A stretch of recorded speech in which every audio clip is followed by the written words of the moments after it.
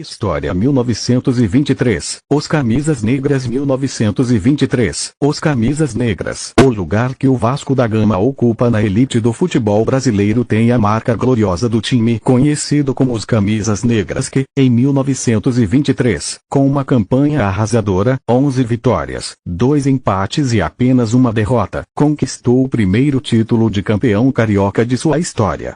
Com o uniforme preto, ainda sem a faixa diagonal, de gola branca e com uma cruz vermelha, semelhante à da Ordem de Cristo, no lado esquerdo do peito, Nelson, Leitão e Mingote, Nicolino, Claudio Honor e Arthur, Paschoal, Torteroli, Arlindo, Ceci e Negrito foram os 11 vascaínos abusados, alguns deles negros e mulatos, que quebraram definitivamente a hegemonia de América, Fluminense, Botafogo e Flamengo, clubes nos quais atuavam somente jogadores brancos. Esses pioneiros deixaram claro, com a conquista do Carioca daquele ano, que o Vasco chegava não apenas para se transformar em um dos gigantes do esporte nacional, mas, sobretudo, para romper preconceitos e ajudar o futebol a ganhar dimensão nacional. Até a ascensão do Vasco havia, no Rio, uma linha divisória que separava os grandes clubes da Zona Sul, Fluminense, Botafogo e Flamengo, das pequenas agremiações que se espalhavam pelos subúrbios da cidade. O máximo que os grandes permitiam à Zona Norte, até aquele momento, era ter o América em seu convívio, como representante da elite tijucana. As grandes partidas se realizavam no ambiente refinado, de maneirismos ingleses, estádio do Fluminense Futebol Club, em Laranjeiras, diante de plateias que exibiam chapéus, bengalas e vestidos longos. Mas, no outro lado da cidade, nos campos suburbanos, o Vasco iniciava sua arrancada. Em apenas 6 anos os vascaínos deixaram os degraus inferiores e chegaram à primeira divisão da Liga Metropolitana de Desportos Terrestres, LMDT, prontos para disputar e ganhar o campeonato de 1923. A explicação desse rápido sucesso estava nos negros, mulatos e brancos, pobres e bons de bola, que o Vasco havia recrutado nos campos de subúrbio, numa época em que o futebol era oficialmente amador. Para mantê-los no time, comerciantes portugueses os registraram como empregados em seus estabelecimentos. Era a maneira de burlar a exigência do amadorismo, que estava com os dias contados. Registros comprovam que o pagamento a jogadores já era prática corrente em 1915.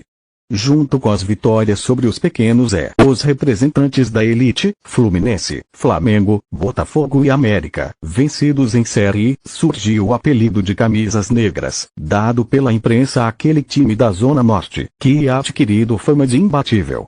A equipe tinha como técnico o uruguaio Ramon Platero, que chegara ao Rio com a novidade da preparação física. Na campanha irresistível dos Camisas Negras, o 8 de julho de 1923 viria a se tornar uma data histórica.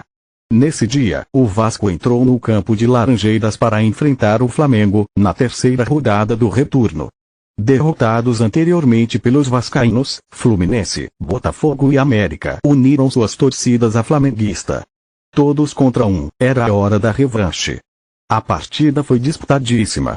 O Flamengo vence por 3-2, quando nos minutos finais o ponta-direita Paschoal marcou o que seria o gol de empate. Mas o juiz Carlito Rocha, que mais tarde seria presidente do Botafogo, anulou o gol, que para muitos foi legítimo.